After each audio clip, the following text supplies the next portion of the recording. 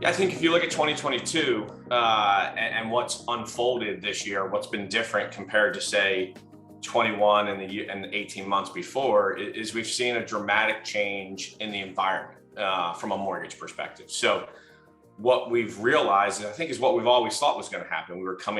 Eventually we were going to be coming out of a historically low interest rate environment, which we've had going into 2022. And we always thought at some point, we knew as an industry that rates were going to rise, and that would make originations challenging moving forward. I think what changed this year is I think we were looking for it to be a gradual change in 2022, and maybe getting to this environment that we're in and have been for a little while today, meaning the fourth quarter. And instead, what we saw a dramatic increase in rates overnight. And then, of course, obviously, you're in a much different environment from an inflationary perspective, which then goes into affordability. So you couple higher interest rates at a faster pace than what we were expecting, and then pressure from the economy from an inflationary perspective really does make it challenging for you, the originator out on the street, when looking to originate loans as we've gotten into 2022 and here into the fourth quarter. And here's what I would tell you.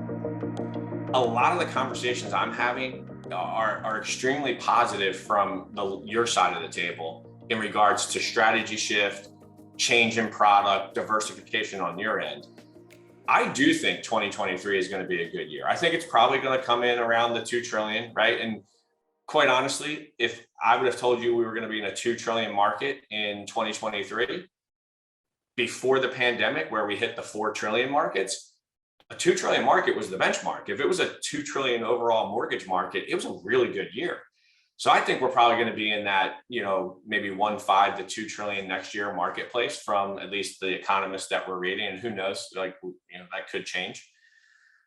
But with that being said, the one thing I know is you're probably going to see a stability in rates. We're probably, you're not going to, by the time we get to spring, summertime of next year, we'll probably be, kind of within a certain range of where rates are going to be.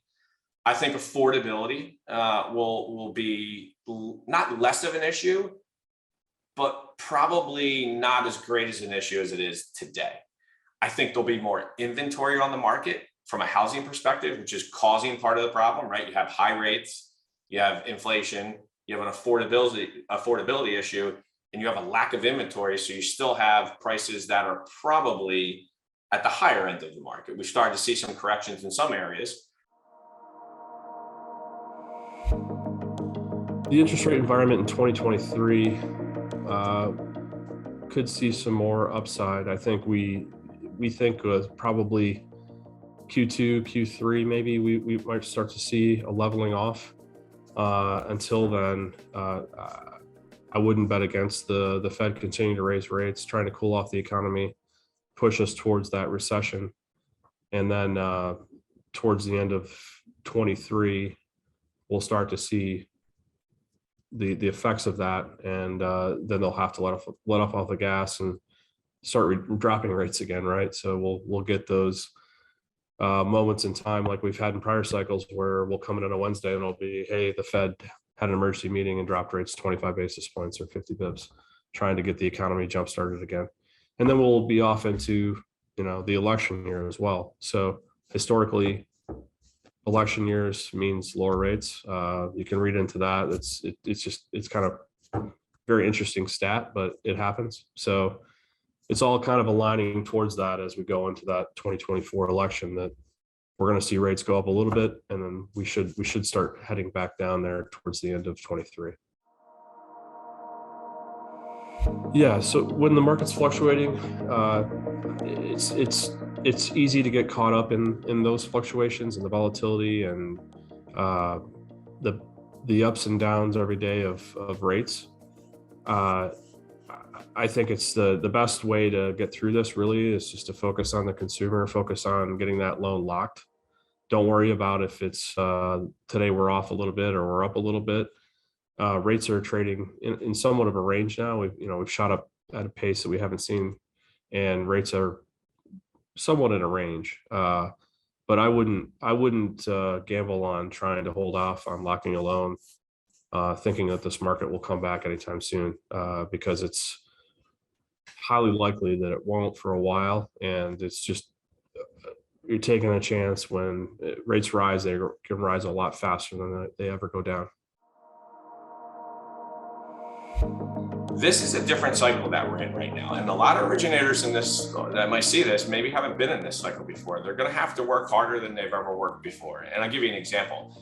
If you look back at the last 18 months and let's say, you developed 5 to 10 referral relationships, whatever that may be, real estate agent, builder, financial planner, accountant, that could refer you business.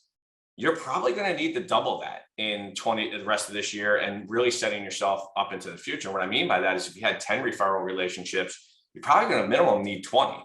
So you're going to have to put the time and the effort and the legwork into developing those relationships and probably really doing some things that you haven't done in a very long time. Lunch and learns, coffee meetings.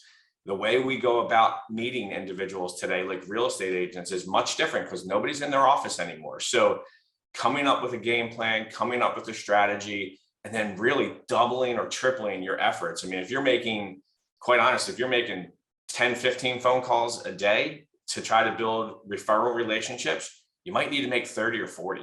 And it's really going to be rolling up your sleeves and doing the work and laying the foundation for what lies ahead. And you really need to be doing that now as we're sitting here in the fourth quarter before a spring buying season happens next year. So I would say, really, while volume's off and the market's off, there's opportunity. You just got to be willing to find it. You got to be willing to work for it. And that's going to take a lot of time and effort. So to me, that's what's most important as we move forward.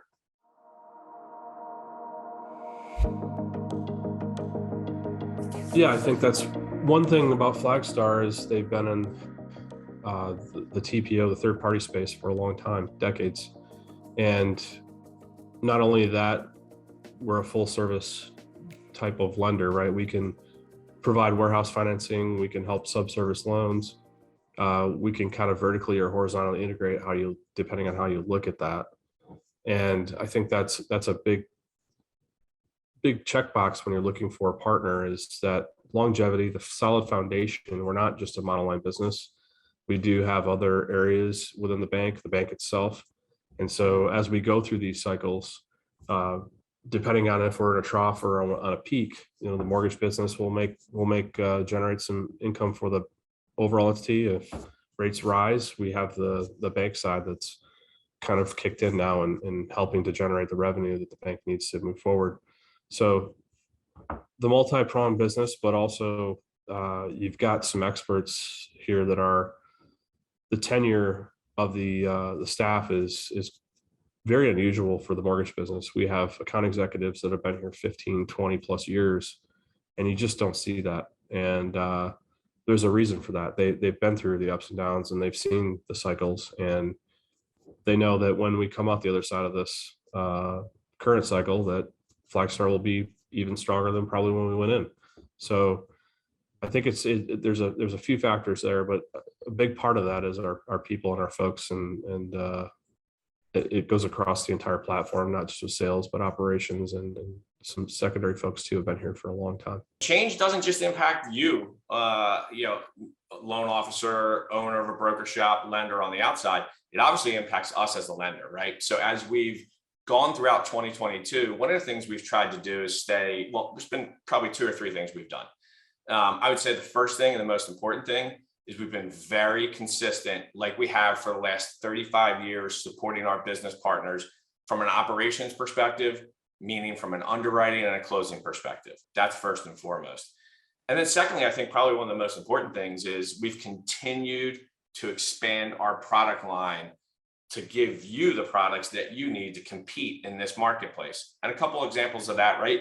We've continued to expand our portfolio set of products, our jumbo arm that we're offering right today in this marketplace and have for the last couple of months, one of the leading products in the industry right now. We've also branched out and expanded our product into non-QM lending, so your non-agency type of business. And then most recently, we've just rolled out a standalone HELOC, which allows you to stay in touch with your borrower and allows our business partners to stay in touch with their borrowers to tap into equity versus doing a cash out refinance and taking somebody out of a 2 3/4 rate and putting them in a 6% rate. You can stay in touch with them. You don't lose that contact. You don't lose that relationship.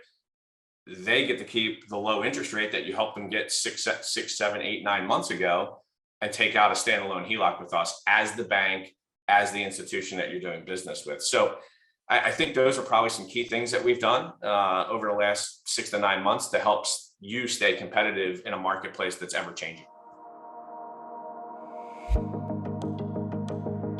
One of the things that you look at, if I were in your shoes as an originator, is I certainly look at the strength and stability of the partners that I do business with. And I think one of the things that Flagstar brings to the table, and I think is extremely important for you to understand, is it's over 35 years of originating from a standpoint of supporting originators in the mortgage space, meaning you, our brokers, our correspondent lenders, our LOs that do business with Flagstar.